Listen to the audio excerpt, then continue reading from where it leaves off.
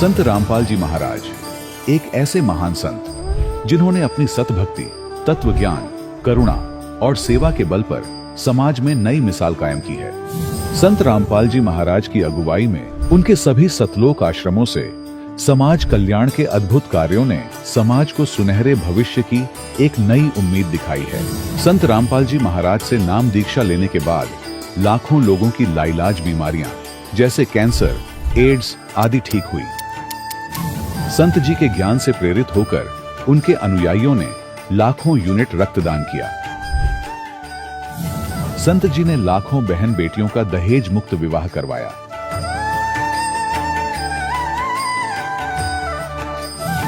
संत जी ने लाखों लोगों का नशा छुड़वाया, करोड़ों उजड़े परिवार बसे। संत जी के आश्रमों में समागम के दौरान निःशुल्क नेत्र चिकित्सा, दंत चिकित्सा प्रदान की जाती है। संत रामपाल जी महाराज द्वारा समय समय पर पर्यावरण संरक्षण के उद्देश्य से बड़े स्तर पर वृक्षारोपण किया जाता है। संत जी ने जरूरतमंदों को तत्काल राहत पहुंचाने के लिए एम्बुलेंस सेवा शुरू की।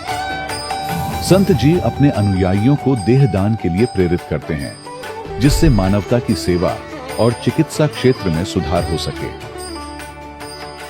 संत रामपाल जी महाराज के सभी आश्रमों में हर रोज निःशुल्क भंडारा आयोजित किया जाता है, जहां हर वर्ग, हर जाति और हर धर्म के लोग एक साथ बैठकर भोजन करते हैं।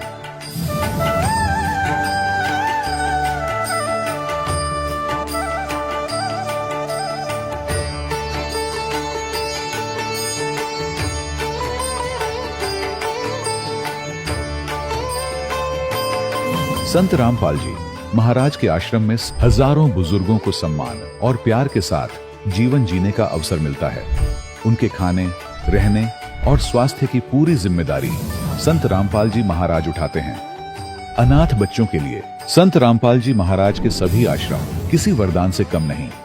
यहाँ उन्हें शिक्षा, संस्कार और भविष्य के लिए बेहतर अवसर प्रदान किए जाते हैं।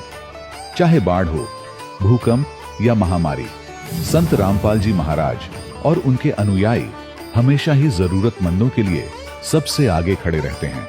कोविड महामारी के दौरान संत रामपाल जी महाराज के आश्रमों से करोड़ों लोगों के लिए भोजन, दवाइयां और जीवन रक्षक सामग्रियां उपलब्ध कराई गई। चाहे गरीब की मदद हो या किसी शोषित और पीड़ित वर्ग के हक और सम्मान की लड़ाई, संत रामपाल जी महाराज ने हमेशा ही उनकी दबी आवाज को सरकारों तक पहुंचाया है और उन्हें उचित न्याय दिलवाने में अहम भूमिका अदा की है। समाज में आध्यात्मिक और सामाजिक मूल्यों के प्रति जागरूकता लाने में संत रामपाल जी महाराज हर कदम पर मानवता के सच्चे सेवक साबित हुए हैं। संत रामपाल जी महाराज का जीवन हमें सिखाता है कि सच्ची सेवा वही है जो निस्वार्थ भाव से की जाए। आइए हम भी इस महान सेवा के कार्य में इस महान संत से जुड़ें और संत रामपाल जी महाराज से नाम दीक्षा लेकर अपने जीवन को धन्य बनाएं।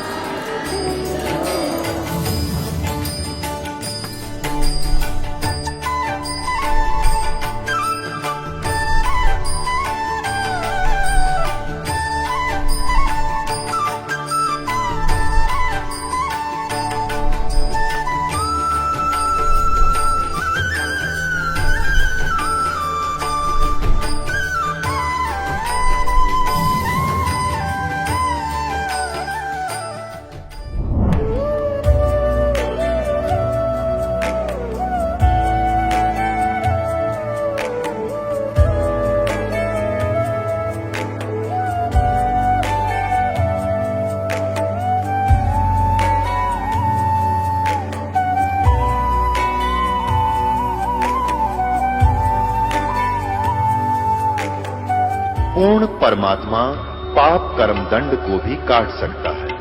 अभी तक जिस भी संत व महापुरुष से मिले, उन्होंने यही बताया कि पाप कर्म फल भोगने से ही समाप्त होगा। वो प्रभु कौन है जो पाप कर्म को काट देता है, वो काल के बंधन से छुड़वा देता है। उसका क्या नाम है, पूजा की विधि क्या है? कृपया अवश्य सुनिए जगत गुरु तत्वदर्शी संत रामपाल जी महाराज के अमृत वचन। सत्साहिब दर्शकों, मनुष्य अपने जीवन में सभी देवी देवताओं की भक्ति साधना करता रहे, लेकिन फिर भी उसके जीवन में दुख और बीमारियां खत्म होने का नाम ना लें, तो अक्सर वो इंसान नशे जैसी बुरी लत की चपेट में आ जाता है। दर्शकों, ऐसी ही कहानी थी उत्तर प्रदेश के रहने वाले राम अवतार जी की। राम अवतार जी बचपन से ही हिंदू धर्म में की जाने वाली भक्ति साधनाओं को किया करते थे, लेकिन अफसोस उन्हें कहीं से भी सुख की प्राप्ति नहीं हुई और अंततः हार कर वे नशे जैसी बुरी आदतों के शिकार हो गए। लेकिन दर्शकों, आज राम अवतार जी का कहना है कि जब से मैंने संत रामपाल जी महाराज से नाम दीक्षा ली है और उनके द्वारा बताई गई भक्ति अपनाई है, तब से मुझे एक नया जीवन मिल गया है। संत रामपाल जी महाराज से नाम दीक्षा लेने के बाद मेरी नशे जैसी बुरी आदतें भी छूट गई हैं और मेरे जीवन में सुख शांति आ गई है। दर्शकों, आखिर संत रामपाल जी महाराज ने राम अवतार जी को कौन सी भक्ति विधि बता दी जो आज राम अवतार जी संत रामपाल जी महाराज का इतना गुणगान कर रहे हैं? आइए सुनते हैं राम अवतार जी की कहानी उन्हीं की जुबानी। सर नमस्कार। नमस्कार सर। क्या नाम है आपका? राम अवतार गौतम। कहाँ से आए हैं आप? हम मक्खनपुर, जिला फिरोजाबाद, यूपी से आए। सर, संत रामपाल जी महाराज जी से नाम दीक्षा कब लिया आपने? सन 24 मई 2010 में संत रामपाल जी महाराज से दीक्षा ली थी। सर, संत रामपाल जी महाराज से नाम दीक्षा लेने से पहले आप क्या भक्ति साधना करते थे? यही जो संसारिक लोग भक्ति करते हैं, 3 देवों की और उनके अवतारों की, देवी देवताओं पर आधारित थे, खूब भक्ति करते थे, लेकिन लाभ कुछ नहीं हो रहा था। सर, जैसे कि लोग भक्ति करते हैं, वो जैसे कोई भक्ति करता है, कोई अंधा होता है वो आंखें पाने के लिए भक्ति करता है, कोई निर्धन होता है वो धन पाने के लिए भक्ति करता है, रोगी व्यक्ति को एक अच्छी काया की जरूरत होती है। तो सर, जैसे कि आप हैंडीकैप्ड है, आपने एक अपना पैर गंवा रखा है, सर ये कैसे? आपने अपना पैर संत रामपाल जी महाराज की शरण में आने के बाद गंवाया है या पहले गंवाया है? संत रामपाल जी महाराज के पास आने से पहले ही सन 2001 में हम इंटर कॉलेज में पढ़ाते थे, तो उस समय हमारा एक्सीडेंट हुआ और सीधी टांग कट गई। तब हम इन सारी देवी देवताओं की पूजा करते थे। फिर मैंने सोचा कि कोई भगवान है ज़रूर, लेकिन हम उसको जानते नहीं हैं, पूजा इतनी करते फिर भी हमारे ऊपर दुख आ रहे हैं। संत रामपाल जी महाराज की शरण में कैसे आए? आपको कैसे पता चला?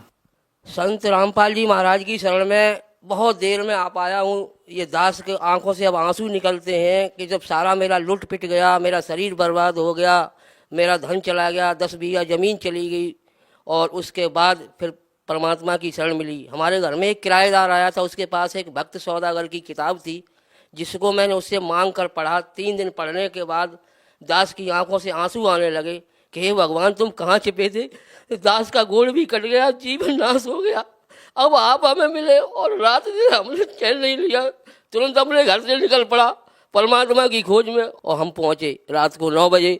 वहाँ के भक्तों ने मुझे गोद में उठा लिया और बहुत हमारी सेवा की प्रभु ने।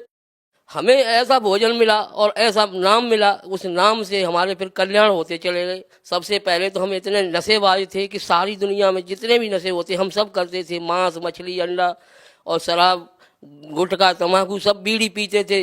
वो परमात्मा के एक आशीर्वाद मात्र से हमारे सब दूर हो गए, और अंतिम सांस तक के लिए अब परमात्मा ने जो हमारा सारा नशा और सारा रोग काट लिया है, इसके लिए तो हम परमात्मा का लाख लाख शुक्र करते हैं कि हे भगवान, बंदी छोड़।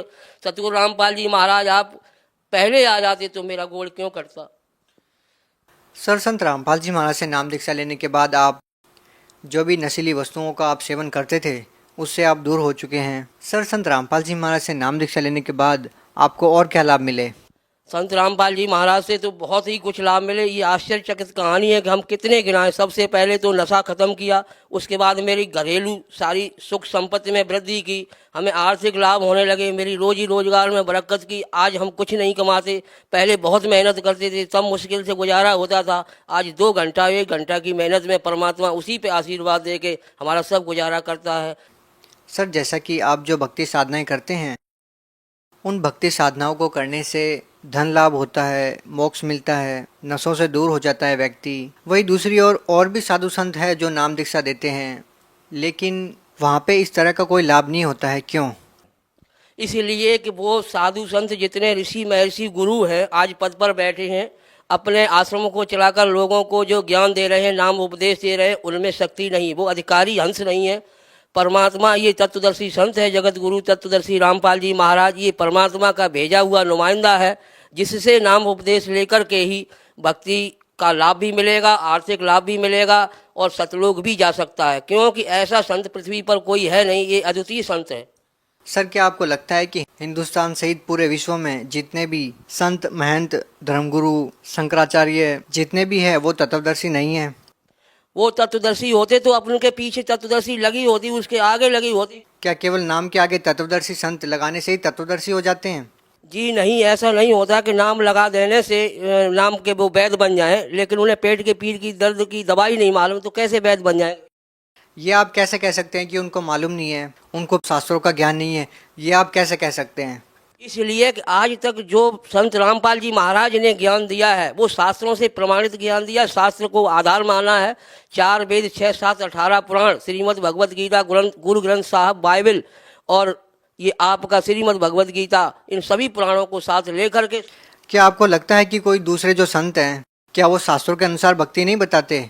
उनकी शास्त्रों के अनुसार साधना नहीं है, भक्ति नहीं है। जैसे अगर होती तो गीता अध्याय 17 के श्लोक नंबर 23 में जो मंत्र बताया गया है कि ये ओम तत्सत 3 प्रकार का मंत्र है जो पूरा संत देगा, और वो संत आज तक कोई नहीं आया पृथ्वी। यदि उनके पास तत्व ज्ञान नहीं है, यदि वो जानकार नहीं है, तो लाखों लोग उनसे क्यों जुड़े हुए हैं? उनको लाभ हो रहा है तभी तो वो दूसरे संतों से जुड़े हुए हैं।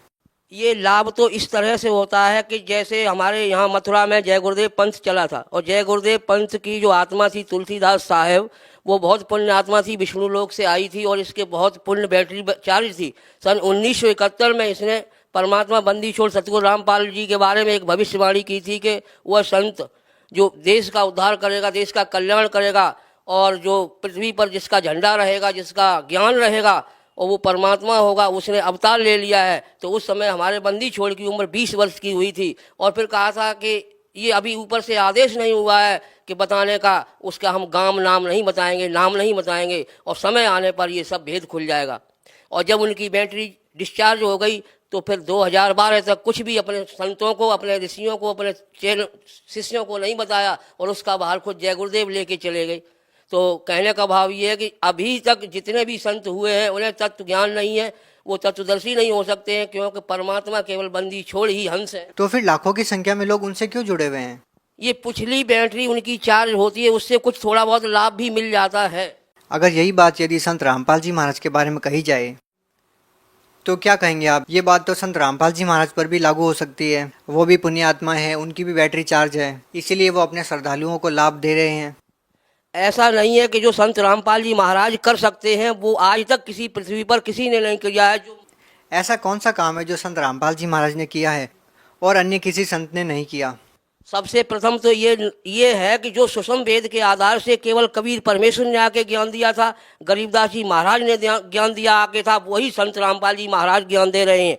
और इसके अलावा किसी ने न तो ये ज्ञान और न समाधान बताया, और न ये बताया कि भगवान कौन है। जो चारों वेदों में यजुर्वेद अध्याय 40 के मंत्र नंबर 10 से लेकर 13 तक बताया, यजुर्वेद अध्याय 5 के मंत्र नंबर 32 में बताया, ऋग्वेद मंडल नंबर 9 सूक्त नंबर 86 के मंत्र नंबर 26 और 27 में बताया। कई जगह प्रमाण दिया है कि ये भगवान है, कबीर ही भगवान है, कबीर इज गॉड। और उसी के आधार से बताई हुई साधना के आधार से बंदी छोड़ सतगुरु रामपाल जी महाराज साधना करवा रहे हैं जो शास्त्र के अनुसार है। सर, जिस प्रकार से आप वेदों की, गीता जी की बात करते हैं, लेकिन आज का समाज इन धार्मिक ग्रंथों से दूर होता जा रहा है। आप एक साधारण व्यक्ति है, क्या आप इन वेदों की, ग्रंथों की बारीकी को समझ पा रहे हैं? क्या संत रामपाल जी महाराज वास्तव में सही बता रहे हैं? संत रामपाल जी महाराज अगर सही नहीं बताते होते तो सारे लोगों ने जो अनुवाद किया है गीता जी का, उसमें वर्ज का जो गीता अध्याय 18 के श्लोक नंबर 66 में लिखा है वर्ज, तो उसका अर्थ जाना होता है, और जिसका अर्थ किया है आना है। इन सारे लोगों ने, जितने भी गीता के अनुवाद करता है, वो भ्रमित हैं, उनको खुद ये ज्ञान नहीं है, और उनको ये शब्दकोश की भी ज्ञान नहीं है जो हमारे बंदी छोड़ सतगुरु रामपाल जी महाराज ने सारा रूबरू कराया हमारे टीवी में, डीवीडी के माध्यम से और चैनल के माध्यम से। जिस तरह से आप लोगों की तादाद दिन प्रतिदिन बढ़ती जा रही है, क्या ये इस ओर तो कोई संकेत नहीं करा कि आप लोग एक बड़ी राजनीतिक पार्टी बना रहे हैं?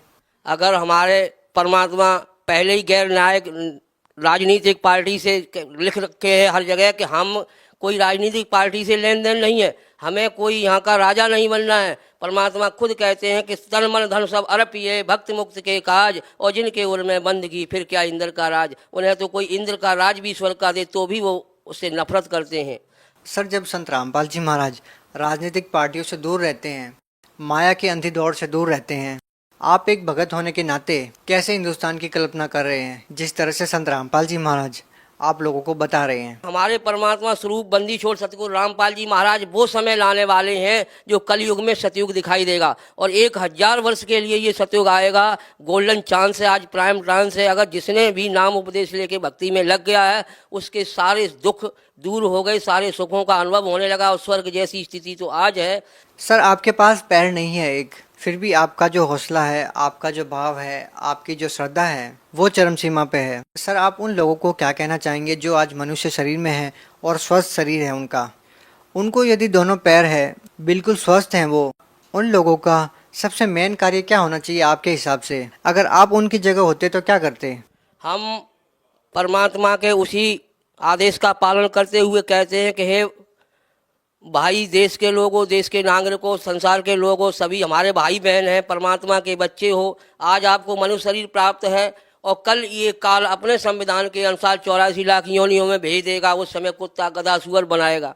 इसके लिए आपको भक्ति का करने का ये मनुष्य जीवन मिला है, और आप अगर भक्ति नहीं करोगे तो फिर कौन से युग में कौन से समय करोगे? तो परमात्मा कहते हैं कि नर सुन रे मूल गमारा, ये राम भजन तत् सारा।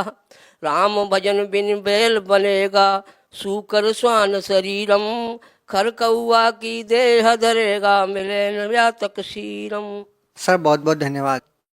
भाई, धन्यवाद तो आपका हमें देना चाहिए कि आपने हमें ऐसा मौका दिया बंदी छोड़ की महिमा गाने के लिए। और भक्ति समाज को, सबको यही हम प्रार्थना करेंगे कि भाई जितना देर करोगे उतना ही आप पछताओगे। ये परमात्मा आया हुआ है बंदी छोड़, और इसकी शरण पकड़ लो और अपना कल्याण करवा लो। बोलो सतगुरुदेव की जय। दर्शकों, अभी आपने सुने संत रामपाल जी महाराज से दीक्षा प्राप्त करके सुखी हुए भक्त के अनुभव। अब देखिए जगत गुरु तत्वदर्शी संत रामपाल जी महाराज के मंगल प्रवचन। इस काल के जाल को कबीर भगवान ने आके समझाया है कि ये काल जो है, जैसे इसने गीता अध्याय नंबर 4 के श्लोक नंबर 5 और 9 में कहा कि अर्जुन, मेरे और तेरे बहुत जन्म हो लिए, तू नहीं जानता मैं जानता हूँ, मेरे जन्म और कर्म अलौकिक हैं। और गीता अध्याय नंबर 7 के श्लोक नंबर 24 और 25 में इसने बताया है कि मैंने एक प्रतिज्ञा कर रखी है, मैं अपनी योग माया से छुपा रहता हूँ, मैं कभी किसी के सामने अपने वास्तविक रूप में नहीं आता। तो ये क्या करता है, जैसे कोई ऋषि साधना करता है, उसको किसी को विष्णु रूप में दर्शन दे देता है अपने पुत्र विष्णु के रूप में, तो वो ऋषि विष्णु का उपासक बन जाता है, उसी का ज्ञान प्रचार करता है कि सर्वेश्वर है, महेश्वर है, सबकी स्थिति पालन और संहार करने वाला यही है। कोई भक्त साधना कर रहा है तो किसी को ब्रह्मा जी के रूप में दर्शन दे देता है, तो वो कहता है कि ये ब्रह्मा जी हमारे सामने रहते हैं, देवता यही भगवान है, सर्वशक्तिमान है। मैंने समाधि दशा में इसके दर्शन किए, ये छुपाई है अपने आप को। इससे उन ब्रह्मा जी और विष्णु जी को भ्रम हो जाता है कि हम ही सचमुच भगवान है। इसी कारण से शिव पुराण में प्रकरण आता है, विद्वेश्वर संहिता के अंदर। एक बार ब्रह्मा जी गए विष्णु जी के पास और ब्रह्मा जी कहने लगे कि पुत्र तू मेरा खड़ा होकर सम्मान क्यों नहीं करता, मैं तेरा पिताया हूँ, मैं तेरा जनक हूँ, सारी सृष्टि का उत्पत्ति करता हूँ। विष्णु जी लेटे लेटे कहते हैं कि आजा बेटा बैठ जा, तू मेरा पुत्र है, तू मेरी नाभि कमल से उत्पन्न हुआ, मैं ही सर्वशक्तिमान हूँ, मैं सबका रचने वाला हूँ। इस बात पर दोनों लड़ पड़े। फिर ये काल आ गया, वहां पर शिव रूप धारण करके इन दोनों के बीच में एक लिंग खड़ा कर दिया, तेजों में स्तंभ। ये लड़ना भूल गए, ऊपर नीचे ढूंढने लगे। फिर खुद आके प्रकट हुआ शिव रूप में, फिर इनको ज्ञान बताने लगा क्या पुत्रो, तुमने अपने आप को ईश मान लिया तो यू आर नॉट गॉड, तुम भगवान नहीं हो। तुमने 2 जॉब, 2 डिपार्टमेंट, 2 विभाग मेरे से प्राप्त किए हैं, मैं चीफ मिनिस्टर हूं यहाँ का। ये काल जो है एक ब्रह्मांड में चीफ मिनिस्टर का रोल समझो, और अन्य ब्रह्मा विष्णु महेश एक विभागीय मंत्री है। रजोगुण विभाग के ब्रह्मा जी और सतोगुण विभाग के विष्णु जी। यानी रजोगुण से जो क्रिया हो रही है, जिसको हम उत्पत्ति कहते हैं, ये उत्पत्ति करता नहीं है, यह तो उत्पत्ति करवाता है। संतान उत्पत्ति हम उसके प्रभाव से करते हैं। और सतिथि ये विष्णु जी कहते हैं, उत्पत्ति और सतिथि जो तुम्हें दी है मैंने, ये मेरे से प्राप्त है, तुमने तप करके प्राप्त किए, मैंने तुम्हें विभाग दिए। इसी प्रकार रुद्र और शिव को भी, शंकर को भी मैंने अलग से, महादेव महेश्वर को भी मैंने 2 करते दिए हैं, संहार और तिरोभाव। और बोलने वाला 5वां ये काल है, ये कभी अपने वास्तविक रूप में नहीं आता, ऐसे कभी विष्णु के रूप में, कभी शिव के रूप में, कभी ब्रह्मा जी के रूप में आता है। तो इसके जाल को समझने के लिए परमात्मा ने कथा सुनाई अपनी प्यारी आत्मा धर्मदास जी को, जो धर्मदास जी ने कबीर सागर में लिपिबद्ध की, कि परमात्मा ने कहा कि ये गलतियां करके आत्मा यहाँ आ गई इस काल के साथ, इसके 21 ब्रह्मांड वाले विमान में बैठ के, और इसने यहाँ इनको इतना दुखी कर दिया। फिर ये चिल्लाने लगी, हे भगवान हमें सुख दे, हे भगवान हमें सुख दे। हम हाहाकार मच गई। तब परमात्मा कहते मैं आया, अपने पुत्र जोगजीत का रूप बना करके मैं वहां आके खड़ा होगा जहां तपस्या के ऊपर 1 लाख मानव शरीरधारी प्राणियों को ये नित्य खाता है, आहार करता है। और मेरे वहां आने से उस तपस्या की जलन बंद हो गई। वह आग जो की तो गर्म ऐसे की ऐसी है, वो तपस्या, वो तई, वो बड़ी जो तवा होता है जिसपे उनको भूना जा रहा था, लेकिन उनको परमात्मा की कृपा से उस पर उपस्थित जितने भी 1 लाख जीव थे मनुष्यधारी जो वहां गई थी, उनकी आत्मा, उनको कष्ट बंद हो गया, उसका ताप बंद हो गया, तपत। तब उन्होंने ऊपर में उठाकर देखा कि भगवान हम कौन से दुख, कौन से पाप का यहाँ कष्ट भोग रहे हैं। तो परमात्मा ने कहा कि ये तुम्हारे इस लोक के पाप का दंड नहीं, तुम्हें ये दंड है, तुमने सतलोक में ये पाप किया था। परमात्मा को छोड़कर तुम, परमात्मा अपने को छुपा कर कह रहे हो कि तुम भगवान को छोड़कर वहां सर्व सुख संपन्न था, आपकी कभी मृत्यु नहीं होती थी, कोई कष्ट नहीं था, उसको छोड़कर तुम इस काल के लोक में आ गए। यहाँ पर आज जिस कार को, जिस कोठी को, जिस बंगले को, जिस बेटा और बेटी को आप अपना मानते थे, क्या तुम्हारे साथ आया कोई? अपने आत्मा वहां तो सारी समझ में आ जाती है कि हाँ कुछ नहीं आया जी। फिर और तुम मरते थे, ये मेरा बेटा है, ये मेरी बेटी है, ये मेरा कार है, ये कोठी है, और भक्ति करते थे तो गलत कर रहे थे। हम प्रत्येक युग में जाते रहते हैं पर तुम सुनते नहीं। वो कहने लगे सभी भगवान हमसे गलती हो गई, मैं माफ करो। कहते ऐसे माफ नहीं होगी। जब तुम जाए धरो जग तन देहा, तब तुम करना मम सत शब्द स्नेहा। जब कोई मेरा संत मेरी महिमा गाता हुआ तुम्हें मिल जाए और तुम्हें मानव शरीर प्राप्त हो, तुम तुरंत ग्रहण कर लेना और फिर तुम उस सत भक्ति करके उस लोक में चले जाओगे। अमर करूं सतलोक पठाऊं, ताते बंदी छोड़ कहां। इतने में वो काल आ जाता है। प्रतिदिन उसने टाइम फिक्स कर रखा है, इतने समय के बाद ये सभी आत्माएं उसके तपस्या पे भुनकर उनके अंदर से जो गंध वो निकालता है, वो निकल कर वो गंध रह जाता है। अब आप देखते हो यहाँ प्राणी गंदे पदार्थ तो बहुत आसानी से ग्रहण कर लेता खाने के लिए, पीने के लिए। शराब पीना, भांग पीना, सुल्फा पीना और तंबाकू पीना और फिर मांस खाना, चटपटे अटपटे खाना, ये तो बहुत खुश होकर ग्रहण करता है। क्यों? क्योंकि ये चाहता है कि जितना ये गंद अटपट खाएंगे उतना ही के अंदर गंदी वासना ज्यादा बनेगी, और तपस्या के ऊपर भूनने से वो सारी वासना वहां रह जाती है। कर्म ज्यों के त्यों रहते हैं, वो वापस आ जाता है, मरता नहीं। फिर अपने कर्मानुसार 84 लाख योनियों में उसके कर्मानुसार वो जाए, उस योनि में वो चला जाता है। तो उसी समय वो काल आ जाता है। और काल ने देखा अपने बड़े भाई जोगजीत को, जिस रूप में परमात्मा ने सतलोक से उसको निकाला था।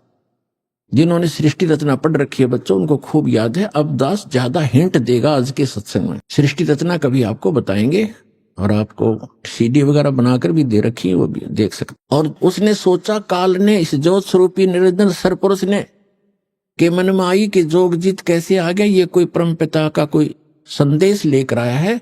पहले इसे वो संदेश जानता हूं, क्या आज्ञा लेकर आया है ये भगवान की, और फिर आज इसको कूटूंगा, पिटाई करूंगा इसकी, इसको मारूंगा, खूब कूटूंगा, क्योंकि इसने मुझे वहां से जबरदस्ती निकाला था सतलोक से।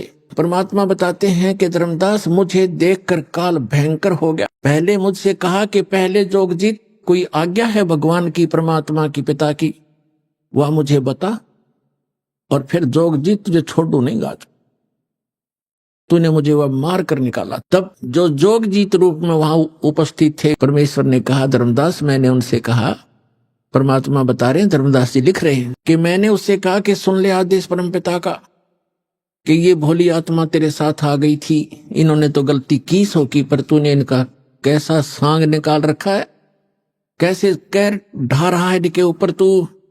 कोई गधा बना दिया, कोई गधी बनाई, कोई कुत्ता, कोई कुतिया, किसी का बेटा मर गया, किसी की बेटी मार रहा है, हाहाकार मचा रखे। तो इसने कहा कि पिताजी ने मुझे श्राप दिया था और जिस श्राप अनुसार मुझे भूख लगती है तो मैं तो इनको खाऊंगा, बनाऊंगा, पैदा भी करूंगा। परमात्मा ने कहा कि चल इन्हें गलती कर दी तो खा भी रहा है, सारे काम कर रहा है, फिर इनके किसी का हाथ काटे, किसी की टांग कटे, कोई अंधा, कोई कैंसर से पीड़ित, ये जुल्म क्यों कर रहा था इनके ऊपर। तब इसने कहा कि मैं तो सत्य का राज करता हूं, मैंने परमात्मा को वचन दे रखे हैं और जैसे कर्म जो करेगा वैसे भोगेगा, मुझे इसमें कोई लेना देना नहीं है। पुण्यात्माओं, यहाँ की इस सारी व्यवस्था ऐसी है इस काल के लोक में। एक तरफ तो सरकार शराब के ठेके, फीम के ठेके, भांग के ठेके खोलती है और फिर शराब पीकर कोई इधर उधर जाता उसको अंदर कर देता, तेने शराब पी कर गलत गतिविधि की, और शराब पी कर रामायण बचेगा, वो भांग पी कर रामायण पढ़ेगा, गलत गतिविधि करेगा वो। तो इसने ऐसा कर रखा है कि मैं तो सत्य का राज करता हूं, जो जैसे कर्म करेगा वैसा ही फल देता हूं। अब ये इतनी बकवादों की आविष्कार करवा दिया तो फिर ये बोली आत्मा तो गलतियां करेंगे ही करेंगे, तो कहते भोग लेंगे। इसने थोड़ा लेना देना, इसके हम इसके बच्चे नहीं है, हम इसके बच्चे होते तो ऐसा दुख देता ही है। आज केदारनाथ के ऊपर 20,000 आदमियों को मार देता अपने बच्चों को। हम इसके बालक नहीं है, हम इसकी प्रजा नहीं है, हम उस परमात्मा की प्रजा है, सतपुरुष के बच्चे हैं और हम अपनी गलती से इसकी कैद में फंस गए हैं। यहां से निकालने का एक तरीका है, हम स्वेच्छा से आए हैं, स्वेच्छा से वापस जाएंगे। जब हमारी यहाँ के लोक से दुखों से इतना मन हट जाएगा और वहां के सुख से हम इतने प्रभावित और प्रेरित हो जाएंगे और फिर सतभक्ति करेंगे, तब हम वहां जा पाएंगे। इसलिए आपको सारा ज्ञान प्रमाण दिखाए जा रहे हैं ताकि आपका यहां से मन हटे और भक्ति पर डटे और फिर वहां चलेंगे हम। परमात्मा ने कहा जोगजीत रूप में कि मैं नीचे जाऊंगा, परमात्मा ने भेजा हूं, और वहां जाकर तेरे सारे जाल को समझाऊंगा, सबको परमात्मा की महिमा बताऊंगा। जो सतपुरुष है, जो वास्तव में भगवान है, यथार्थ स्थान है, उसका तो नामो निशान मिटा दिया, तू स्वयं भगवान बन बैठे यहाँ का। और सबको बताऊंगा, और एक ऐसा गुप्त मंत्र दिया है मेरे को, वो मंत्र उनको दूंगा, सतनाम और सारनाम। आज जब उसने ये बात सुनी तो एकदम भयंकर होगा, कहने लगा तू मेरा बाग उजाड़ने जा रहा है, तू मेरा नाश करने जा रहा है, तुझे अभी खत्म कर दूंगा, तुझे तो जाके दिखाना नीचे। परमात्मा ने कहा कि ऐसा सुनकर काल भयंकर होगा मेरे ऊपर। और धर्मदास ऐसे अटैक किया, उसने मेरे को बिल्कुल खत्म करने के लिए दौड़ के आया और मैंने सतनाम का सुमन कर दिया। इस नाम के अंदर धर्मदास ऐसी प्रबल शक्ति है, इसके सामने कोई भी देव, कोई यक्ष, कोई भी यहाँ का काल तक भी नहीं ठहर सकता। मेरे पास ऐसा मंत्र है। पुण्यात्माओं, ये परमात्मा धर्मदास जी के माध्यम से और धर्मदास जी को तथा हम सभी को सतर्क करना चाहते हैं कि कभी भी आपके ऊपर कोई भी आपदा आती है किसी भी प्रकार की, तो नाम का सिमरन अवश्य करना कुछ देर। फिर जो टेंशन है वो है, लेकिन समन एक बार कर लेना, आप देखना फिर उसका प्रतिफल कैसा होगा। तो कहते हैं मैंने समन शुरू किया और काल ऐसे गिर गया जमीन के ऊपर, ऐसे गिर गया उस पृथ्वी पर जहां वो रहता है वहां पर, जैसे पक्षी के पंख कट जाते हैं और पड़ा पड़ा तड़फ रहा होता है। तो वो समझ गया। उसमें वैसे तो काफी विस्तार लिखा है, बाकी हम थोड़ा बताएंगे जितना आवश्यक है, क्योंकि हमने समझना इस ज्ञान को। बाकी ज्ञान ज्ञान है, समाधान बिना काम बनेगा नहीं, समाधान ज्यादा महत्वपूर्ण है। उसमें तो बहुत कुछ कहा है कि वो इतना भयभीत हो गया कि वहां से भाग के पाताल में जाके छुप गया।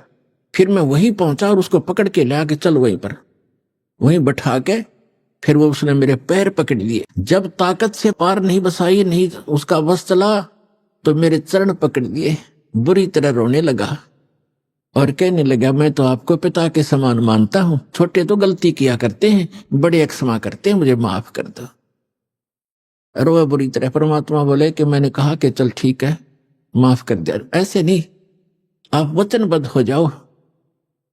परमात्मा बोले क्या वचनबद्ध हो जाऊं?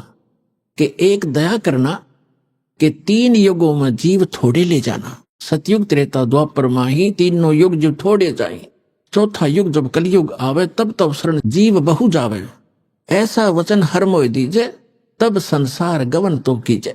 और भी एक दो प्रश्न थे, प्रार्थना थी, वो कही तो परमात्मा ने कहा चलो तथास्तु, जो तूने मांगा मैंने बख्श दिया। 3 युगों में जीव कम ले जाऊंगा और चौथे युग कलयुग में मैं खूब तूफान मचाऊंगा अपने बच्चों को निकालने के लिए, तो बाधा मत करना फिर।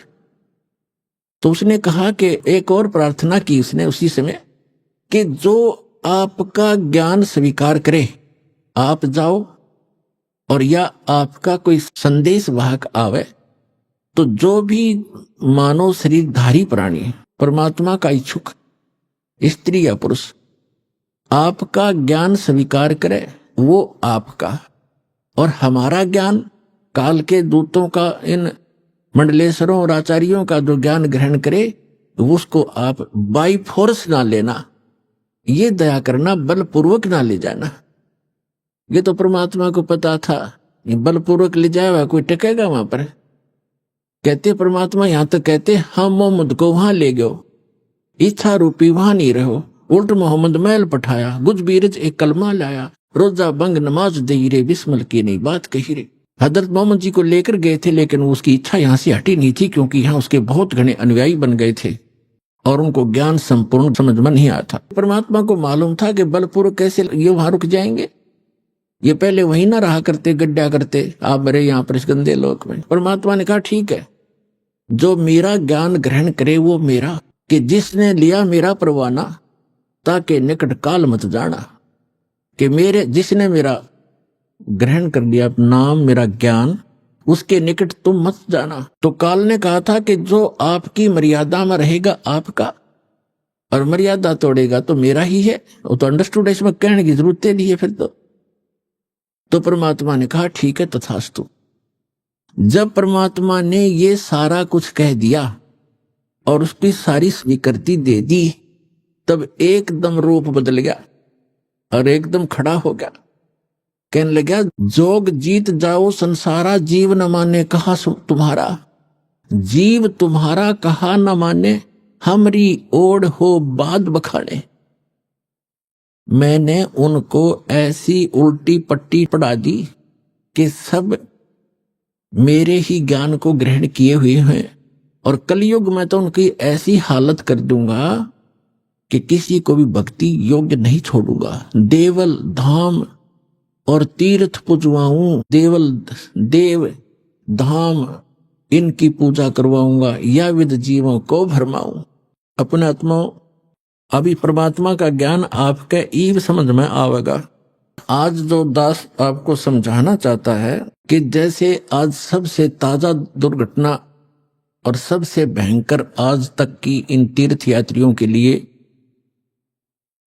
ये है कि केदारनाथ के दर्शनार्थ गए हुए इन बद्रीनाथ केदारनाथ के श्रद्धालुओं के ऊपर कितना कहर टूट गया, परिवार के परिवार नष्ट हो गए।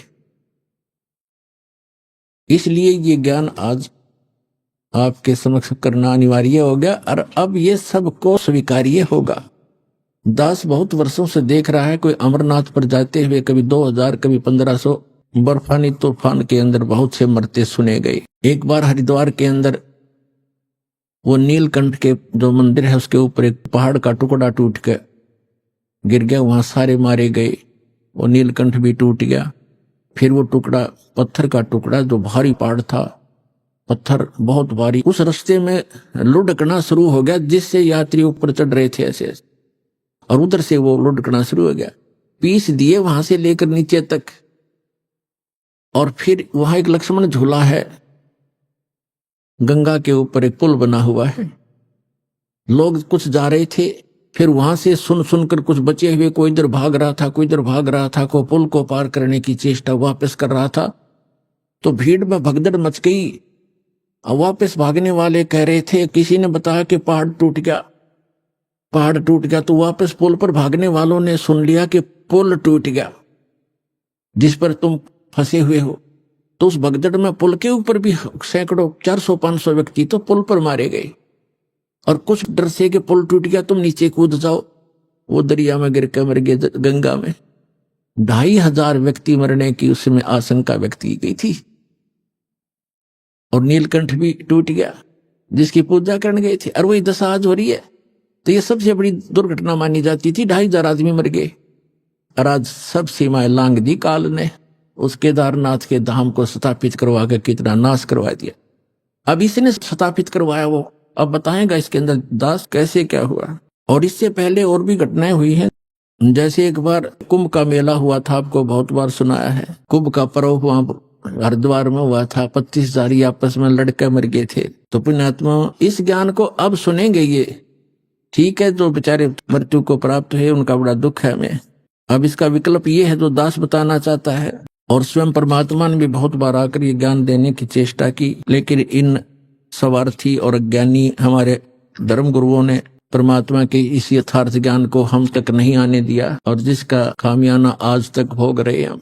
अब पुण्यात्मा, परमात्मा के ज्ञान को समझने के लिए आप जी ने थोड़ा सा धैर्य रखना पड़ेगा कि सच्चे ज्ञान को सुनकर कई बेदक जाते हैं, तड़फ जाते हैं और कहते हैं ये कैसा ज्ञान सुना रहा है, ये सब भ्रमित कर रहा है रामपाल। लेकिन पुण्यात्माओं, भ्रमित तो हम पहले बहुत हो चुके हैं। अब पुण्यात्माओं, परमात्मा की वाणी जो है थोड़ी सी पढ़ के सुनाएगा दास साहब को, जो कबीर सागर के अंदर लिपिबद्ध है। क्या बताया है? बहुविध जीवन कीन पुकारा, काल देत है कष्ट अपारा, यम का कष्ट सहा ना जाई, हे परमेश्वर तुम हो सहाई।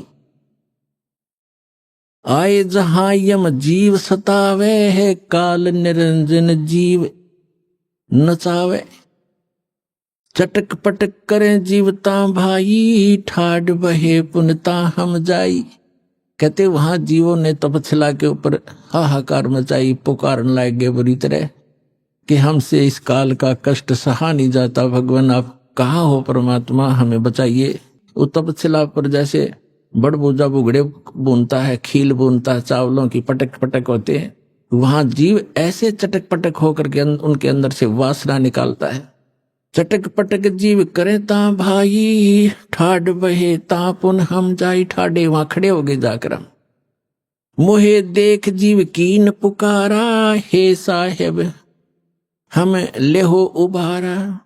तब हम सत शब्द गौरावा, पुरुष शब्द से जीव तपत बुझावा। यम से छुड़ा लेवो तुम स्वामी, दया करो प्रभु अंतर्यामी। हमको काल से छुड़ा लो मेरे दाता, हे दाता हम पर दया करो। तब हमें जीवन कहा समझाई, जोर करूं तो मेरा वचन नसाई। इसने वचन लिया था कि जबरदस्ती करके बलपूर्वक न ले जाना जीवों को। तो परमात्मा कहते यदि मैं जबरदस्ती बलपूर्वक तुम्हें ले जा तो सकता हूँ, 1 सेकंड में इसके सारे किस ब्रह्मांड को समेट सकता हूँ, लेकिन जोर करूं तो मेरा वचन नसाई। जब तुम जाय धरो जग नर देहा, तब तुम करियो शब्द स्नेहा। पुरुष नाम सुमरण सैदाना, बीरा सार गहो परवाना। मेरा ये 2 सार नाम प्राप्त कर लेना, इतना धैर्य रखना, उस ज्ञान को सुनना। दे दरो सत शब्द समाई, तब हम सतलोक ले जाई। मानव शरीर प्राप्त करके जब तुम ये सत शब्द सतनाम प्राप्त करोगे, तब मैं तुम्हें सतलोक ले जाऊंगा। जहां आशा ता बासा होई, मन कर्म वचन सुमरियो सोई। जहां आशा ता बासा हुई। जैसे आप अंतिम समय में इस दृढ़ ज्ञान के आधार से इस भक्ति की तो कर ही रहे हो, आप भक्ति का धन तो आपका संग्रहित हो ही रहा है। अब जैसे एक व्यक्ति बता रहा था कि मेरी जो थी पेंशन नहीं मिल रही थी मुझे, और वो गलती से डिपॉजिट हो ही रही थी, वो किसी मिसलेनियस में जाती रही, 6 महीने की इकट्ठी होगी। मैं सोचूं मेरे कुछ मिल नहीं रहा, फिर एप्लीकेशन लगाई तो वो सारी इकट्ठी आकर मिल गई। तो पुण्यात्माओं ऐसी ही है, आपको पता भी नहीं लग रहा है कि आप क्या कर रहे हैं और आपकी कैसी संग्रहित हो रही है कमाई। तो ये आपको ना दिखाई दे रही तो भी संग्रहित हो रही है, लेकिन अंत में यदि आपका दिल यहां से नहीं हटा की तक संपत्ति बेटा बेटी में, कार कोठी में आपकी आस्था रहेगी तो दोबारा यही रह जाओगे। ठीक है, यहाँ आप बहुत बड़े बड़े जिसको आप सुख मानते हो वो डले फिर ढोना शुरू कर दोगे। क्या करोगे? शिवलोक में जाओगे, क्योंकि आपको शिव जी का मंत्र दिया जाता है जो अमोघ मंत्र है, जिससे ये प्रभावित होते हैं। जैसे बहुत बार बताया है, ये अन्य मंत्रों से कोई लाभ नहीं होगा, जो यथार्थ मंत्रों से ही ये लाभ मिलता है। जैसे एक भैंसा होता है और उसको कोई भैंसा भैंसा करता रहे, वो कोई परवाह नहीं करता, वैसा है और हम बोल भी रहे हैं, और उसको एक बार एक विशेष शब्द है उसको करते हुर्र, वो एकदम ऐसे देखता है और चारों तरफ सतर्क हो जाता है। वो अट्रैक्शन है उसके ऊपर, उसके विवश है, वो वश है उसके। ऐसे ही ये मंत्र है जो दास आपको देता है, इन मंत्रों से आपको लाभ होगा। तो शिवलोक में चले जाओगे, शिव जी की सच साधना कर रहे हो, विष्णु जी की साधना कर रहे हो, विष्णु लोक में चले जाओगे। यदि यहीं रह गए तो ऐसे अन्य देवताओं की समझो। ब्रह्मलोक की साधना भी आप कर रहे हो, ब्रह्म की, वहां चले जाओगे ब्रह्मलोक में। और फिर हजारों युगों के बाद सारी पुण्य कमाई खत्म करके फिर पटकेगा आपको पृथ्वी पर। यहां राजा भी बन जाओगे, रानी भी बन जाओगे, और फिर चारों खानी में जाओगे, गधे और गधी भी बन जाओगे। वह पूंजी नाश होने पर बैटरी डिस्चार्ज हो जाएगी और फिर आप इसी सतर में आ जाओगे जो आज खड़े हो। कोट जन्म तन भर मत होगे, कुछ ना हाथ लगा रे, कुकर सुकर खरवा बोरे, कौआ हंस बुगारे। कोटि जन्म तू राजा की ना मिटी न मन की आशा, भिक्षुक होके दर दर घूमया ये मिला न निर्गुण रासा। इंद्र कुबेर ईश की पदवी, ब्रह्मा वन धर्मराया, विष्णुनाथ के पुर को जाके फिर भी वापस आया। असंग जन्म तन मरत्या होगे, जीवित क्यों न मरे रे, द्वादश धर्म दुमल मुठ बोरे, बहुर न दे धरे रे। दो जग बिस्त सभी ते देखे, राजपाट के रसिया, तीन लोक से तरपत नाही, ये मन भोगी खसिया। सतगुर मिले तो इच्छा मेटे, पद मिल पदे समाना, चल हंसा उस लोक पठाऊं, जो आदि अमर अस्थाना। वहां क्या सुख है, चार मुक्ति जहां चंपी करती माया खोरी दासी, दास गरीब अभय पद पर से, वो मिले राम अविनाशी। तो क्या बताते हैं फिर तुम, यहां परमात्मा कह रहे हैं जहां आशा ता बासा होई, मन कर्म वचन सुमरियो सोई। जहां आशा होगी अंत समय में, जैसे गीता अध्याय नंबर 8 के श्लोक नंबर 6 में कहा है कि जिस भाव से भावित व्यक्ति अंत समय में रहता है, उसी इष्ट को प्राप्त हो जाता है। अभी आपने सुने संत रामपाल जी महाराज के मंगल प्रवचन। आइए अब सुनते हैं संत रामपाल जी महाराज से नाम दीक्षा लेकर सतभक्ति करके अद्भुत लाभ प्राप्त करने वाले अनुयायी के विचार। दर्शकों, इंसान अपने जीवन में सभी प्रकार की पारंपरिक भक्ति साधनाएं करता है और हर वो रास्ता अपनाता है जो उसके धर्म में लाभदायक और मोक्षदायक बताया जाता है, लेकिन फिर भी अक्सर उसे बीमारियां और परेशानियां घेर लेती हैं। ऐसा इसलिए होता है दर्शकों, क्योंकि वह शास्त्र विधि को त्याग कर मनमाना आचरण कर रहा होता है। दर्शकों, ऐसी ही कहानी थी दिल्ली के रहने वाले राजू जी की। राजू जी ने सच्ची भक्ति की खोज में वर्षों तक मंदिरों और गुरुद्वारों में माथा टेका, अनेक तीर्थ यात्राएं की और अनेकों मंत्रों का जाप किया, लेकिन फिर भी इन्हें न तो शारीरिक सुख मिला और न ही मानसिक शांति मिली। लेकिन दर्शकों, आज राजू जी का कहना है कि जब से मैंने संत रामपाल जी महाराज से नाम दीक्षा ली है, तब से मेरी जिंदगी पूरी तरह से बदल गई है। दर्शकों, आखिर राजू जी ऐसा क्यों कह रहे हैं? आखिर राजू जी संत रामपाल जी महाराज को भगवान क्यों बता रहे हैं? आखिर इसके पीछे की सच्चाई क्या है? आइए सुनते हैं राजू जी की कहानी, उन्हीं की जुबानी। सर नमस्कार। नमस्कार भाई। सर क्या शुभ नाम है आपका? राजू दास। राजू दास जी, कहाँ से आए आप? जी भजनपुरा नेहरू बिहार दयालपुर से आए हैं जी। सर संत रामपाल जी महाराज से कब जुड़े आप? मेरे को 3 साल हो गए जी नाम लिए हुए। सर संत रामपाल जी महाराज की शरण में आने से पहले आप क्या भक्ति साधनाएं करते थे? सर जी मैं कांवड़ लेने जाता था, देखा देखी सबके साथ में, मंदिर भी जाता था, हनुमान जी की भी पूजा करता था, और जो है जो घर वाले करते थे देवी देवताओं की पूजा वो करता था, उनमें आस्था रहती थी मेरे को। मगर जो है मेरे को संतुष्टि नहीं मिलती थी। जब मैं कांवड़ लेने गया तो कांवड़ लेके आया तो फिर मैं जल चढ़ाया, तो मैंने कहा ये तो जो है क्या नाम है, इतने दूर से आए हम, जल लेके आए और जो है इनमें जो है थकान हो गई पैरों में, फिर जल चढ़ा के उसके बाद में मेरी थकान उतरी नहीं। तो मेरे मन में एक विचार पैदा हुआ, मैं कहा ये तो जो है ना काम जो है भगवान का नहीं है। अगर मान लो हमने जल ले आया और जल ला के चढ़ा दिया तो उसके बाद में दर्द नहीं होना चाहिए पैरों में। तो मैं इसी बात में तो सारा मतलब कि अपने आप में कन्फ्यूज रहता था। मैं सोचता था यार ये तो कोई मज़ेदार का काम नहीं है, ये तो कोई भगवान को कोई और है। मेरे अंदर एक क्रिया जागती थी, मगर उसकी मेरे को जानकारी नहीं मिलती थी। तो जो है मैं हमारे एक वहाँ पे नेहरू विहार में एक भगत जी हैं, देवेंद्र भगत जी, वो ब्याज पे पैसा देते थे और मंदिर भी मतलब जाते थे। और तो हमें पता चला कि जो है उन्होंने ब्याज पे पैसा देना बंद कर दिया। ऐसे आदमी ने जो कि बिल्कुल ब्याज का बहुत लालची थे वो, और मेरे को ये लगा कि मैं उनसे पूछता हूँ। तो उनसे पूछा तो उन्होंने मुझे बताया कि मैं संत रामपाल जी महाराज के शरण में जा चुका हूँ और मुझे अब उनका ज्ञान मिला है। उस ज्ञान के आधार से ब्याज लेना और जो है क्या नाम है लोगों को सताना, ये पाप है। अगर जो है ये अगर हम करेंगे तो हम 84 लाख में चले जाते हैं और इसी तरीके से हमारा जन्म मृत्यु भी लगी रहती है। तो मैंने कहा ये तो मेरे को भी ऐसा होना चाहिए, क्योंकि मैं भी जन्म मृत्यु से छुटकारा चाहता हूँ। तो मैंने उनसे कहा फिर कैसे कैसे होगा। तो उन्होंने कहा कोई बात नहीं, मैं तुम्हें ज्ञान गंगा दूंगा, उसको पढ़ना। तो मैंने कहा ठीक है जी, ज्ञान गंगा दे दो। तो उन्होंने मेरे को ज्ञान गंगा दी, फिर पढ़ी मैंने। तो मैं अनपढ़ था, मैं पढ़ नहीं पाता था, क्योंकि मेरे को का कप कार पैरा ऐसा तो पढ़ लेता था, मगर पूरा नहीं पढ़ पाता था। तो मैं एकदम ही जो है पढ़ते पढ़ते उसको जो है मतलब कि जो है मालिक भगवान से कहता था, मगर भगवान अगर मैं पढ़ा होता तो मैं बहुत जल्दी पढ़ लेता। तो मैं जो है ना उसको जो है पढ़ता रहा रोता रहा, मगर मैं पढ़ा लिखा नहीं हूँ।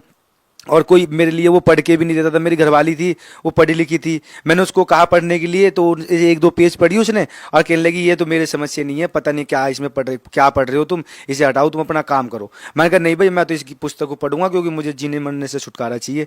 मैं कहा भाई मैं तो पढ़ूंगा। तो वो कह रहे तुम्हें पढ़ना तो पढ़ो। तो मैं पढ़ता रहा। फिर ऐसे ही एक दिन रोने लगा।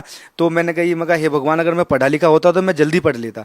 तो मालिक की एक ऐसी दया हुई कि मेरे पे एक ऐसी किरणें सी लगी, और उस किरणों से मुझे लगा कि मतलब कि कोई मेरे अंदर कोई आके मतलब कि जो शक्ति दी मेरे को पढ़ने के लिए, वो शब्द मेरे खोल दिए सारे। जैसे आधा सा आधा ना बना हुआ होता है, वो मेरे समझ में नहीं आती थी। तो वो मतलब जैसे कि ऋषि लिखा हो या कैसे, तो उस चीज़ को ऐसी एक दया हो गई कि मैं उस पुस्तक को मैं पढ़ लिया पूरी।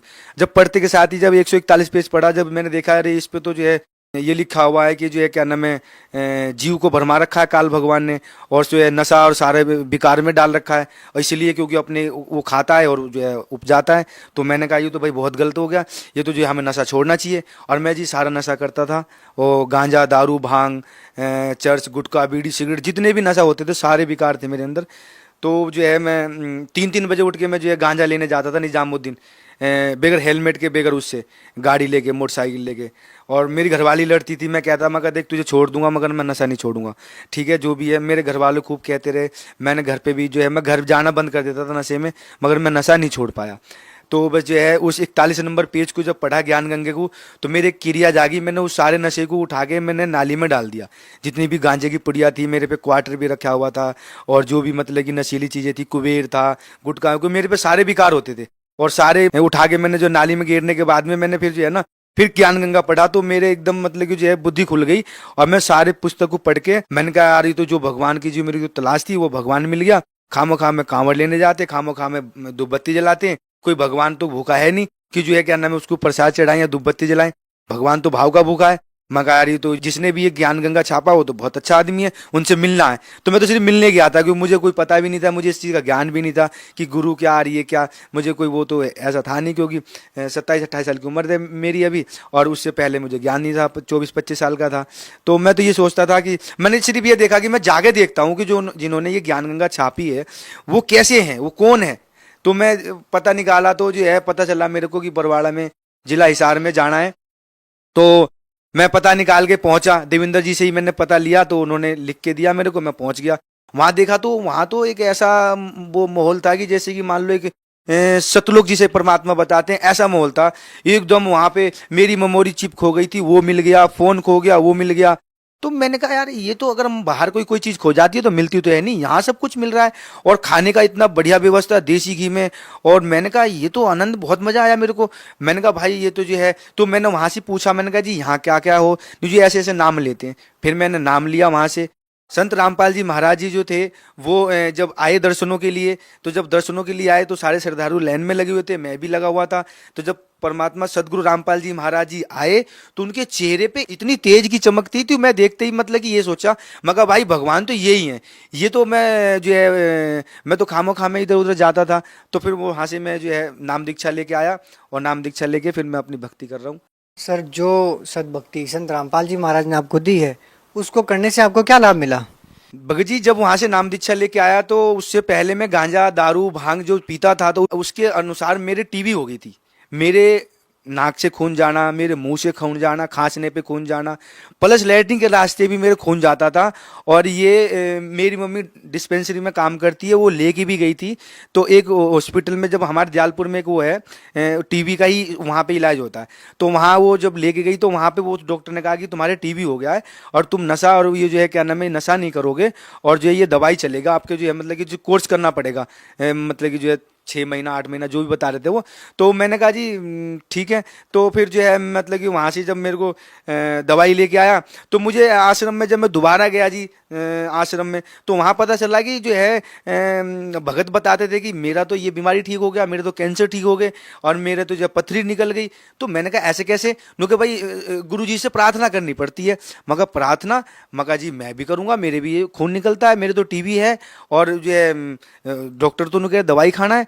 तो मैं तो बहुत परेशान हूँ, दवाई तो जो है इतनी दवाई खाऊंगा फिर जो है। तो मैं वहाँ से जब मैं मालिक से सदगुरु रामपाल जी महाराज जी से जब मैं दर्शनों के लिए लाइन में लगा, तो मैंने भी ऐसी प्रार्थना करी जो करते, मगर गुरुजी मेरे ना खून निकलता है। तो मालिक ने कहा नुके बेटा कोई बात नहीं, भक्ति करो ठीक हो जाएगा। तो जब परमात्मा ने कहा कि भक्ति करो ठीक हो जाएगा, तो मैं उसी टाइम ही ठीक हो गया, बिल्कुल ऑलरेडी ऐसा ठीक हो गया कि मेरे को ऐसा लगा कि जैसे शरीर के अंदर जैसे कि करंट सा महसूस होता है, जैसे बिजली का तार छूती है ना, तो ऐसा करंट सा लगता है। तो जब मालिक ने सर पे हाथ रखा तो कुछ ठीक हो जाएगा, तो मैं ठीक हो गया जी वहीं पे ही। फिर मैं लैट्रिन गया, मैंने देखा तो मेरे खून नहीं निकल रहा, मैंने खांस के देखा बाथरूम में जाके, तो वहाँ पे मैंने चेक करा, 3 दिन वहाँ रुका भी था मैं, 3 दिन वहाँ रुका, फिर उसके बाद में मेरे खून नहीं निकला। और जो है मैं इस टाइम मेरी जो है बीमारी ठीक हो गई है। प्लस जो है क्या नाम है, मेरी लड़की हुई थी, लड़की जो है वो खड़ी नहीं हो पा रही थी। लड़की जो है, लड़की के लिए जो है डॉक्टर कहने लगे भाई ये तो 3-4 साल के बाद खड़ी होगी, इसके पैर बहुत कमज़ोर हैं और ये है। तो उसकी माँ चिंता करती थी। तो मैंने कहा जब मालिक जब मेरा टीबी ठीक कर सकते हैं, तो मेरी लड़की को भी मतलब कि जो है चला सकते हैं।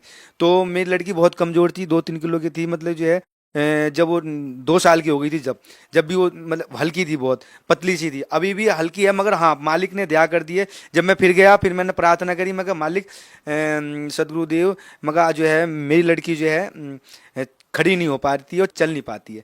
सदगुरुदेव संत रामपाल जी महाराज जी ने बोला बेटा अपने बच्चों को नाम दीक्षा दिला दो और उसे जो है क्या नाम है यहाँ ले आओ, ठीक हो जाएगी। जब सदगुरुदेव महाराज जी रामपाल जी महाराज जी ने बोला कि जब यहाँ ले आओ, तो जब मैं घर आया तो मैंने देखा कि मेरी लड़की जो है खड़ी होके और जो धीरे धीरे चल रही थी। तो मैं आके यहाँ पे देखा, मैंने कहा ये क्या, ये तो मालिक का चमत्कार हो गया। सदगुरुदेव ने कहा कि यहाँ लाओ, वो ठीक हो जाएगी, तो वो तो ठीक हो गई। फिर उसकी मम्मी भी गई, वो नाम लेके आ गई। सर जी मैं जो है ना काम के लिए बहुत परेशान रहता था, और जो है मैं ये सोचता था कि काम, जैसे जाके कहता था मैं वेल्डिंग का काम करता हूँ, मैं सबको कहता कि जी काम है, ऐसे करके मैं पूछता था। मगर जब मालिक की शरण में जब से जुड़ा हूँ मैं, तो मेरे पास में इतना काम आता है कि मैं काम नहीं कर पाता हूँ, ठीक है ना। हमारे संत रामपाल जी महाराज जी जो हैं, ये जो है हर जगह हमें बचाते हैं। जैसे मान लो एक्सीडेंट से भी सदगुरुदेव ने बचाया, गुरुजी आके बिल्कुल खड़े हो जाते हैं। जब भी कोई आपत्ति आती है सदगुरुदेव आ जाते हैं, खड़े हो जाते हैं। मगर उन्होंने कहा कि बेटा हमारे मर्यादे में रहना, और जो है नशा और जो है मीठ कोई यूज नहीं करना, हम उसी मर्यादा। आपके गुरुजी क्या मर्यादाएं बताते हैं जो एक शिष्य को फॉलो करनी होती है, संत रामपाल जी महाराज जी के शिष्य को फॉलो करनी पड़ती है? देखो हमारे जो सदगुरुदेव हैं संत रामपाल जी महाराज जी, वो मर्यादा तो वो जो बताते हैं वो तो शास्त्र के अनुसार बताते हैं, शास्त्रों में लिखा हुआ है। और ये हर व्यक्ति जानता है, नशा करने वाला ये जानता है कि नशा ठीक नहीं है, मीट खाने वाला भी जानता है कि मीट खाना सही नहीं है। और जो है क्या नाम है शादी में जो दहेज देते हैं वो भी जानते हैं कि दहेज देना ठीक नहीं है। दहेज के ऊपर घरवाली फंसा देती है किसी को। दहेज तो देना लेना तो अपराध है ही, मगर वो चीज़ को तो जो है लोग आजकल अपना बिजनेस बना के, और जो है ये जो है जितने भी पंडित हैं, जितने भी ये जो नशे वाली चीज़ें बना रहे हैं, ये अपना ये भी लिख के देते हैं कि भाई देखो सेहत के लिए हानिकारक है। सर बहुत से लोगों द्वारा ऐसा कहा जाता है कि संत रामपाल जी महाराज सभी देवी देवताओं की भक्ति छुड़वाते हैं, सर क्या कहना चाहेंगे? नहीं सर जी ऐसा तो है नहीं, बिल्कुल भी। देवी देवताओं की भक्ति थोड़ा छुड़वाते, देवी देवताओं की तो भक्ति वो बताते हैं, क्योंकि जिसका नाम है, जो असली नाम है वो नाम देते हैं हमारे को। हम किसी को, मान लो मेरा नाम राजू है और कोई मुझे कहे राजा राजा, तो मैं नहीं सुनूंगा, मैं तो सुनूंगा कोई और कह रहा है। मगर जैसे मान लो कोई भैंस है, भैंस को अगर वो खड़ा है तो भैंस को करेंगे ना, भैंस भैंस, तो भैंस ही नहीं सुनेगा, भैंस को हुड़ हुड़ करते हैं। जैसे मान लो किसी भी कुत्ते को बुलाते, कुत्ता कुत्ता बोलेंगे तो नहीं आएगा, कुत्ते को पुचकारना पड़ता है, उसको पुचकारते हैं तो कुत्ता भगा हुआ आता है 2 मिला के। तो इस तरीके से जो ये देवी देवता है, इनकी तो भक्ति परमात्मा हमारे को इनके असली नाम बताते हैं जो शास्त्रों में लिखा हुआ है। मगर हम तो इनको कहते हैं शंकर जी हैं, दुर्गा जी है, माता जी हैं, और वो है, तो इनसे कोई बेनिफिट नहीं है। बेनिफिट तो इनका जो असली नाम है, जो शास्त्रों में लिखा हुआ है इनका नाम। हाँ जी, जो मंत्र हैं वो लिखा हुआ है इनका। उन मंत्रों से अगर मालिक जो है करते हैं तो हम तो, जब मालिक ने जो हमें मंत्र दिया है, सदगुरुदेव जी रामपाल जी महाराज जी ने जो हमें मंत्र दिया है उसको हम करते हैं, तो हमारे सबको जो है, हमारे को तो उनकी भक्ति है सेम, उन्हें छुटाना तो ना, उनको तो बल्कि बताते हैं। सर भगत समाज को क्या संदेश देना चाहते हैं? देखो, मैं पूरे भगत समाज को, जैसे कि मान लो मैं अपने घर से लेके बाहर से, पहली बात तो पूरा घर है ये हमारे सारे भाई बहन हैं, हम तो ऐसा नहीं है, मगर ये जरूर है कि मैं सबको यही कहना चाहता हूँ कि जो है क्या नाम है, सदगुरुदेव जो संत रामपाल जी महाराज जी हैं, इनका जो है टीवी पे जो है सत्संग आता है, उसको देखो, ज्ञान गंगा पुस्तक है उसको पढ़ो, ठीक है ना। और जो है फ़ोन नंबर है, इस पे अपने जो है SMS करके और घर पे मंगवा लो, फ्री में ज्ञान गंगा आएगा। इसको एक बार पढ़ के अपने शास्त्र से मिला लो, फिर उसके बाद में चाहे तुम किसी की भी पूजा करो, कैसे भी करो, कोई टेंशन नहीं, मगर एक बार मिला लो, क्योंकि ये जागृत करने के लिए आए हुए हैं, क्योंकि उनको इस टाइम किसी को भी नहीं छोड़ना। वो कह रहे हैं कि मैं सबको पार करूंगा, मगर पार जब ही करूंगा जब आप मीटर से तार लगाओगे। जब मीटर से तार लगा लोगे तो मीटर में लाइट आएगी मीटर में, तो पूरे घर में फिटिंग में लाइट आ जाएगी, फिर सारे काम हो जाएंगे, लाइट बल्ब सब जल जाएगा। तो इस तरीके से सदगुरुदेव जी जो हमारे कह रहे हैं कि जो है अपने आ जाओ और अपना कल्याण करा लो, क्योंकि जो भी जितने भी, जैसे मान लो ये गुरु बने हुए हैं, ठीक है, कोई दिक्कत नहीं है, वो उनकी निंदा, वो तो कहते हैं कि निंदा नहीं है, वो तो उन्हीं की किताबों में बता देते हैं कि भाई ऐसे ये देखो तुमने ये लिखा है और इसमें ये कह रहे हैं, वो चीज़ को बताते हैं और वो साफ दिखाते हैं टीवी पे कि ये लिखा हुआ है। कोई अपनी तरफ से तो एक भी शब्द नहीं कहते हमारे गुरु जी। तो इसलिए उनको भी जो है, जितने भी गुरु हैं उनको भी ये प्रार्थना है हाथ जोड़ के कि भाई आप भी आ जाओ हमारे गुरु जी से, जो है आपके ही गुरु जी हैं, हमारे क्या सबके गुरु जी हैं, क्योंकि पूरे विश्व के गुरु जी हैं। जब भगवान एक है, परमात्मा एक है, तो वो गुरु भी एक ही है इस पृथ्वी पे, और कोई गुरु नहीं है। ये तो अपने बिजनेस कर रहे हो, बिजनेस ठीक है, वो मालिक ने कहा है कि जो जैसा करे वैसा भरेगा। बाकी ये है कि हम तो यही कहते हैं भाई ज्ञान समझ लो गुरु जी का, और अपने जो है सबको, जितने भी भगत हैं सबको यही कहता हूँ कि भाई अपने जो है कल्याण कराओ, मोक्ष चाहिए, ये गुरु जी संत रामपाल जी महाराज जी के शरण में आना पड़ेगा, उनसे मोक्ष लेना पड़ेगा। देखो बड़े भाई, मैं ये कहना चाहता हूँ कि जैसे कि मान लो जो हमारे शास्त्र में जो भक्ति लिखी हुई है, उस भक्ति से अगर हम भक्ति करते हैं तो हमारे जितने भी दुखों का जो निवारण है वो कट जाता है, क्योंकि हम शास्त्र के अनुसार भक्ति नहीं करते, इसलिए हम दुखी रहते हैं। सारे भगवान देवी देवताओं की पूजा करते हैं फिर भी दुखी रहते हैं।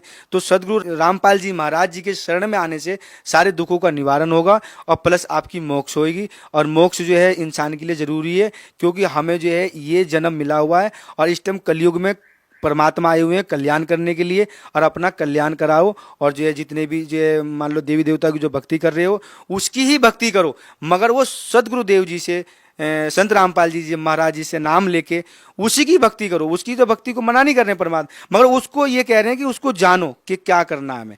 हम तो अपने मर्जी से पूजा कर लेते हैं, अपनी मर्जी से मंदिर बना लेते हैं, अपनी मर्जी से भगवान बना लेते हैं, अपनी मर्जी से उसको जमुना जी में डाल आते हैं, तो वो हमारी मर्जी नहीं चलेगी। इसलिए आप सतगुरु रामपाल जी महाराज जी के शरण में आओ और अब नाम दीक्षा लो और अपना कल्याण कराओ, 84 लाख से मुक्ति पाओ।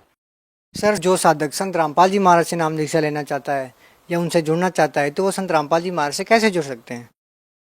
देखो, जब हमारे सतगुरु रामपाल जी महाराज जी ने आदेश दे दिए, हमारे जो भगत भाई हैं उनके जो है क्या नाम है, सब जो है हर जगह जो है नाम दीक्षा का वो है, उनके फ़ोन नंबर आते हैं। जो सत्संग जब आता है तो चैनल पे पीली पट्टी में फ़ोन नंबर है, उस पर SMS करके ज्ञान गंगा पुस्तक भी मंगा सकते हो, और उनसे फ़ोन करके पता करके आप अपने इलाके में हर जगह, दिल्ली, हरियाणा, पंजाब, UP, जहाँ भी जाना है आपको, अपने आसपास में ही ऐसा स्थान बना हुआ है जहाँ पे जो है नाम दीक्षा मिलता है। नाम दीक्षा जो है ले सकते हो आप। मगर कुछ कहते हैं कि पैसा, कोई भी पैसा नहीं लगना, किसी भी तरीके का कोई वो नहीं है, बिल्कुल निःशुल्क सेवा है। सब चीज़ आपको वहाँ से नाम दीक्षा मिलेगी, और प्लस जब आप वहाँ जाओगे तो आपका एक भाईचारा वाला व्यवहार होगा, जैसे और जगह नहीं होता। और जगह तो लूट मार है बस, जो ऐसे बोलते हैं जैसे कांटा मार दिया हो, कांटा चुभ दिया हो, मगर ऐसा नहीं है। हमारे प्यार से भाषा है और सारे भाई बहनों का नाता है। संत रामपाल जी महाराज जी से नाम दीक्षा लेके और अपना कल्याण कराओ। सर बहुत बहुत धन्यवाद आपका। सत साई।